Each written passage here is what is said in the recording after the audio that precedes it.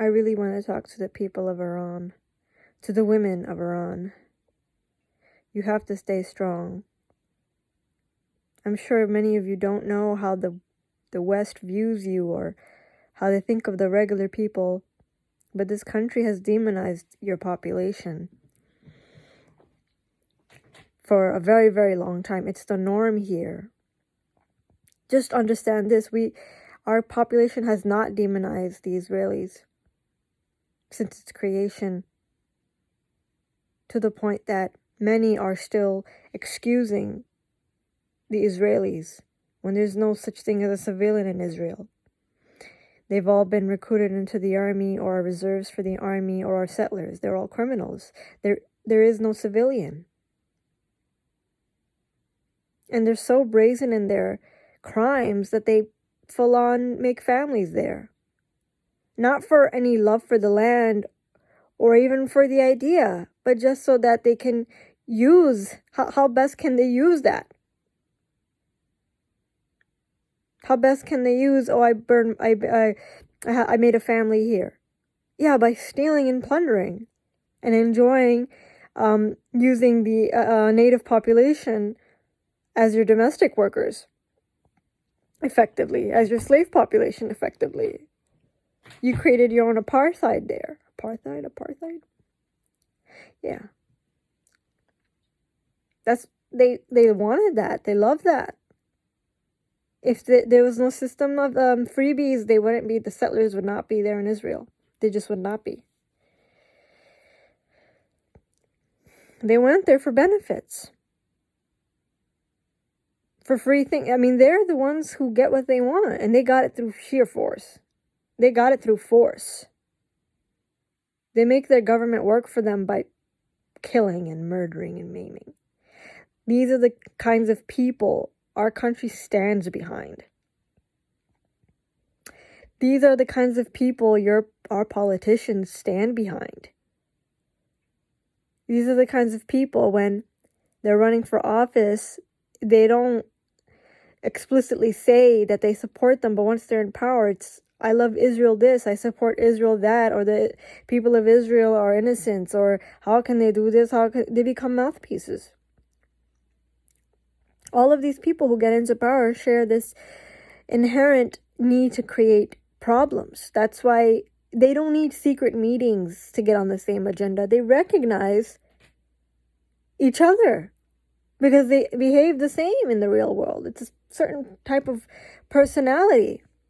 That's why there's so few of them, and that's why they're so loud, because they know how to be. And that's how they get what they want. Opportunist is not even that great of a word for it. They're like vultures. But even vultures have a play in the ecosystem. These people are completely alien in human thought, human modicum. They're wolf in sheep's clothing. Yeah, wolf in sheep's clothing. All of them.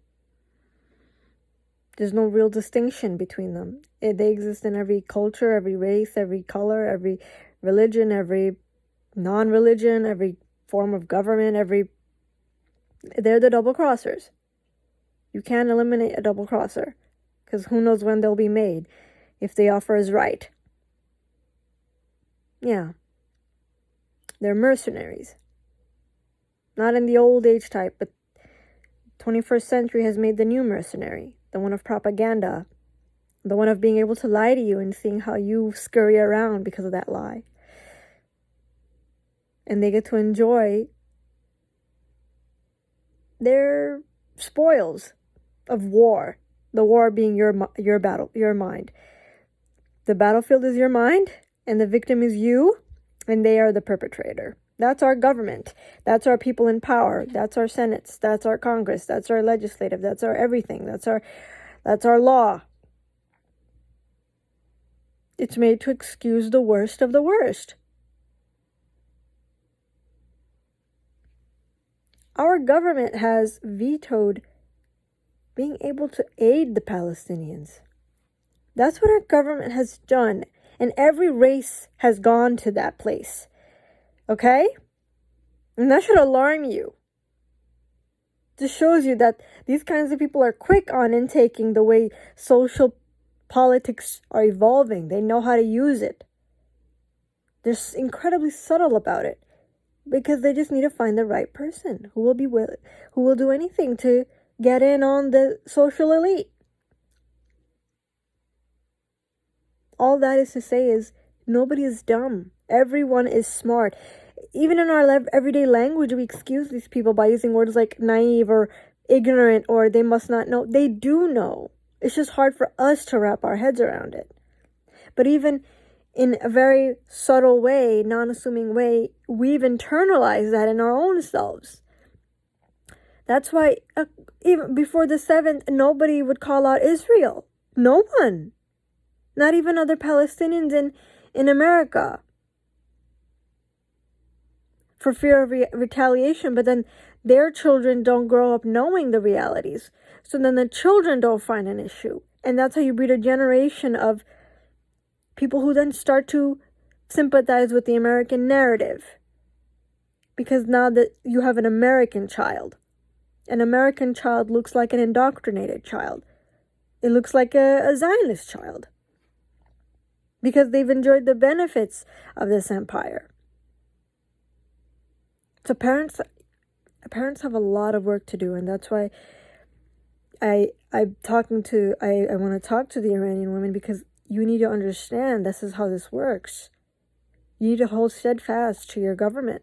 You need to hold steadfast to your leader. They're the only ones challenging these nefarious forms of control here. Look, 10% of the Palestinian population has been annihilated. And only then some few of us have started to woke up. I saw the protests at Washington by Americans. Very few of us came there. Very few. Very, very few. Not enough. There's so many more here. The population of Iran pales in comparison to the population of America. And just look how little are standing behind people who support the Palestinians, even though the Palestinians are our victims, are being exterminated.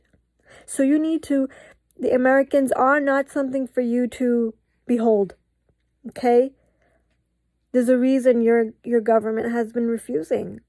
There's a reason your leader has been refusing Western hegemony, Western influence, because they care about you. They don't want you to pay the price. Your children to pay the price, where they can't call out evil anymore until people are annihilated,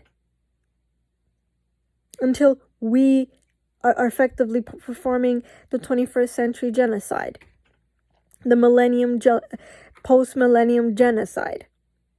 Iran could easily become that if you let Americans come over and take over. Because it just never ends. It never ends. The chaos makers will always find a victim to make money out of and to squeeze out the most benefit. So rally behind your leader. Protect him.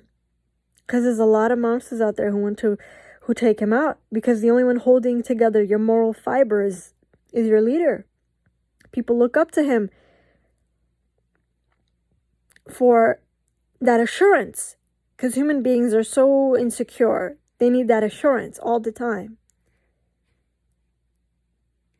The Palestinian resistance would not have survived this far without somebody being there all the time, somebody remaining constant. And how could you guys not remain constant if it were not for your steadfastness, your clinging on to your morals? For us, we've sold out our morals for the lowest price. The lowest price. You see us here with all our wealth. A lot of us don't even have a place to live.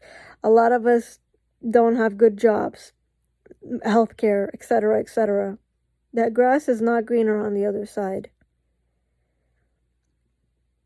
Just understand that your country has not been given a moment of peace to rest and breathe and flourish. It's surrounded by enemies. I wish more Americans would stand behind people who have integrity and morals, but they get confused by the lies because our apparatus is broken for truth. Our apparatus is broken.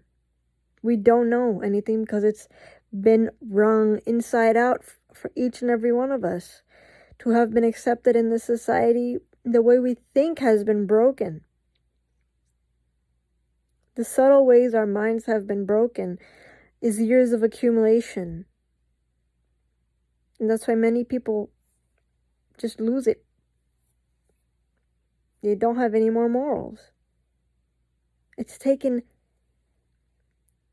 almost 200,000 deaths, starving children, starving babies, for people to call out wrong. And now they're still being deluded. So stay strong. I support you because you support the Palestinians, who are the greatest victims of our time. They have been debased, and they're trying to demoralize you by trying to make you turn against your government, like the Syrians. The only reason the regime change happened there is because the Syrians their minds have also been broken, and their apparatuses were also broken. They were caught up in the petty conflicts to not realize that siding with the Americans wasn't going to give them any riches. And now look, they're not. They're morally bankrupt as well now for siding with the Americans, for being American puppets now. What a great loss. And I say this to other Americans as well. What a great loss. Nobody to stand up against Western imperialism. I mean, nothing's going to look perfect. You don't give time for something to develop without fear of destruction, like actual fear of destruction. Look how they weaponize legitimate fears to control others, to dominate others. These people are experts on the human mind. They just know how to wrangle it. They just know how to wrangle it. So resist the urge to give in. There is no riches. You will be trading your entire lineage for the lowest price. Because it's all going to fall down. The empire will fall down. It's all going to fall down. Evil and justice is unsustainable. It will just not prevail.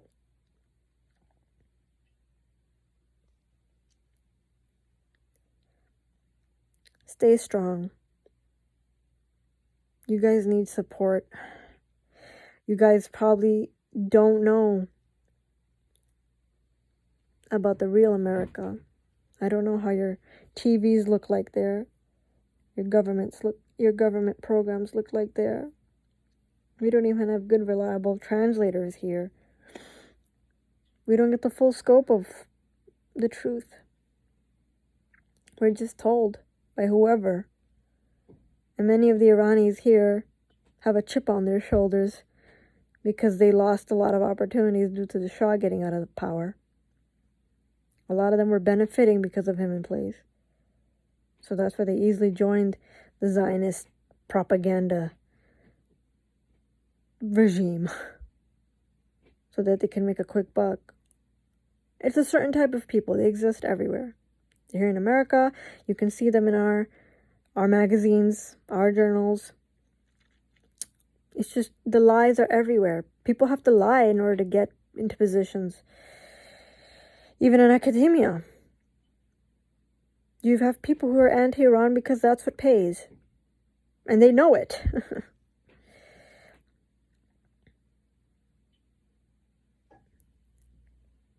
I wish there was more we could do, so that the Palestinians wouldn't have to suffer every day anymore. Stay strong. Believe in your leader. Do not lose hope in him. He is making the right decisions. Just unite even more. Be even more stronger.